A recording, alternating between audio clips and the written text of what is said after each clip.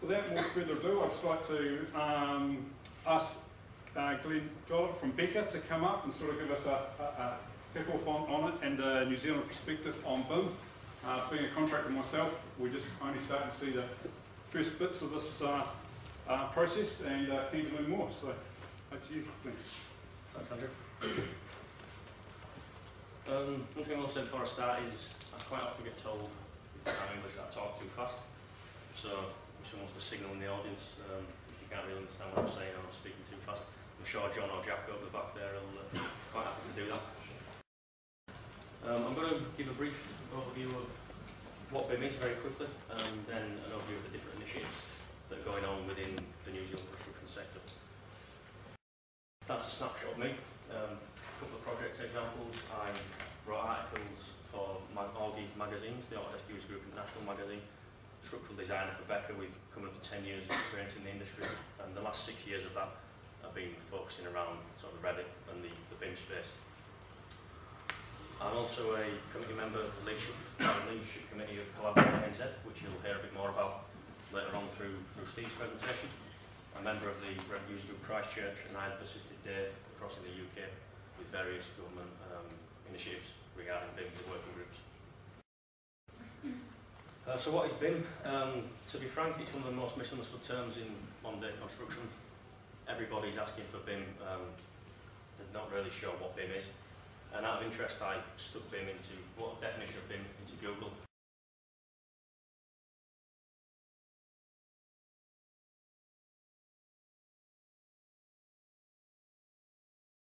And you see over 2 million different definitions, results. You know, it's ridiculous. Trying to add a little bit of clarity around that. It's essentially a representation, digital representation of the built environment in an organised data set. The representations can be graphical, it can include time, financial figures and assets. I like to break BIM down a little bit further into these 4 groups: design BIM, construction BIM, sort of FM BIM, and then post-occupancy / retrofit BIM. In the UK, the smaller bubbles, or the bubbles around the outside of big BIM are termed little BIM, and it's quite important for people to recognise that doing any part of little BIM is better than doing no BIM. You know, there's efficiencies to be gained through all the different parts of BIM. We'll run through a couple of those with that. Just an example of design BIM, so the different people involved, and I'm sure I will have missed a few people off. And the types of things, there's document production, there's clash detection, energy analysis, structural analysis, cost management. Visualisation sound for clients is always a good one. It's very difficult for people to understand and read 2D documents, but if you put a 3D model in front of somebody, or a rendered or animated walkthrough, people quite quickly engage with that, people that are not in this space. Construction BIM, contractor, fabricator, project manager, QS. Construction sequencing is always a good one for the contractors. They take the 3D models and break them down into sequencing models. OMNFM, it's a relatively untouched space, I think, to some degree in all the countries around the world. But if you're doing things right, you can have a digital asset record, whether that's based in the 3D model with additional databases plugging into that. It can be used for space usage and maintenance management. And post-occupancy. As-built models, whether that be a building information model or a point cloud obtained from a laser scanner. Demolition sequencing. I'm sure there's quite a few companies doing demolition sequences in Christchurch over the last few years. And the post-occupancy BIM, I'd say, includes pretty much everybody in the design teams, because you basically start from scratch there in the circle. The important part of this is actually the flow of data, and it's got to be consistent data that can be read throughout the process. So just to sort of touch upon that, efficiencies can be gained by using the little BIM. So if you're doing the design BIM, you can gain a bit of efficiency just by clash detection. Build it virtually, then you're going to save on RFIs from the site. It's important that the project team decide what exactly they want and why they want it. So rather than saying, I want BIM or we want BIM. The key will be to actually ask the question and say, well, what do I want BIM to tell me? I want to know this, can BIM give me the answer? And that should be communicated to all stakeholders in the project. This is the best definition. I may be a bit biased because I'm on the leadership committee of Collaborate. This is the best definition I've found of BIM so far today. Building information modelling uses a collection of 3D-based modelling and complementary software within a new project process to enable all users from concept, design, documentation, construction and operation to maintain a single source of data and as such increase assurance, leverage, efficiency, productivity and all involved. Going on to BIM in New Zealand. New Zealand's got a unique opportunity, being relatively small compared to other countries around the world. No offence meant there. It's easier to get the key players in the industry, whether they're contractors, consultants, clients. It's easy to get them all together in a room and align them all with the same goals. And just down the road there in Christchurch, there's a significant opportunity down there. We've got large projects that need to be pushed through in a fairly short period of time, so learnings can be implemented and the benefits can be maximised. And because the rebuild's got a fairly significant central and local government control, BIM could in theory be mandated on certain projects or all projects.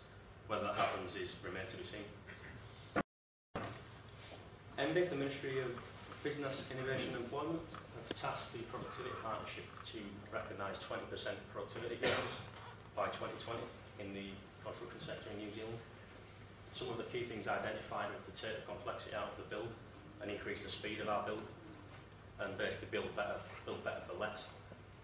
BIM was one of a number of things that were identified. BIM was identified as a major step change, so it could deliver perhaps the maximum results in the shorter period of time compared to some of the other things which would take a lot longer to run through. The National BIM Handbook, that's been funded by the Productivity Partnership and an industry-wide donation of time. NatSpec, who authored a number of BIM guides, NatSpec are based in Australia. They've authored the Australian BIM Handbook, and they've got a couple of other BIM documents that they've authored, have been commissioned to produce the book. And it's basically a guide that will clarify BIM on a national level for New Zealand. So it'll be a New Zealand guide for New Zealand. It'll clarify what BIM means to clients and everybody in the industry, and also should clarify why we want to do BIM.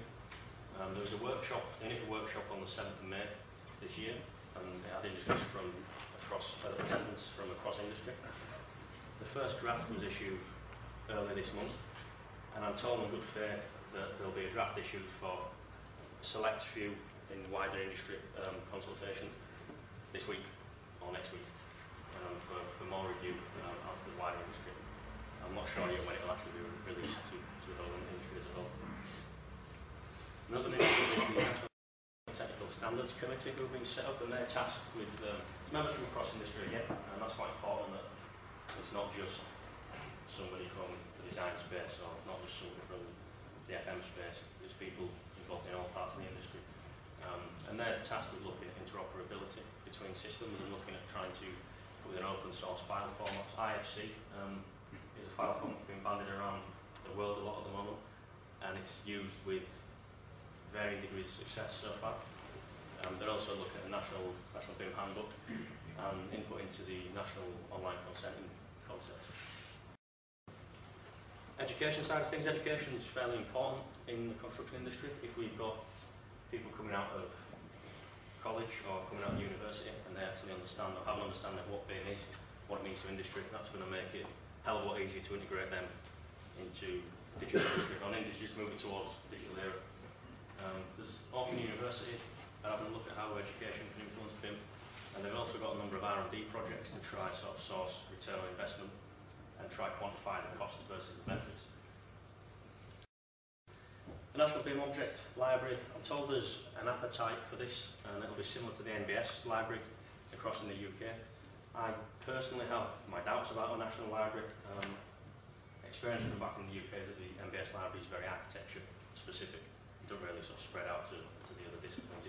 If you're looking at the FM side of things, I think really it should be in the mechanical electrical field, aircon and all that sort of stuff. It's not yet been driven by the National Technical Standards standards committee, but it could possibly be an extension of master specs. So we'll just wait to see how that unfolds in the coming weeks or coming months. For COPI, the Centre of Procurement Excellence, I don't know too much about this, but they're essentially going to be looking at how BIM can fit in project procurement. BIM alone won't recognise 20% savings in industry if the way we procure projects doesn't change. The importance of getting the design team and the contractor and everybody else down the supply chain involved as early as possible in the project will go some way to recognising 20% productivity gains. And also liability and IP. There's a lot of people who are nervous about sharing 3D models with other consultants through losing IP, losing model elements that contain data in there. I, again, personally don't really see components as IP. The liability side of things is another issue. What we contractually supply is a set of drawings for a building or a bridge to be built.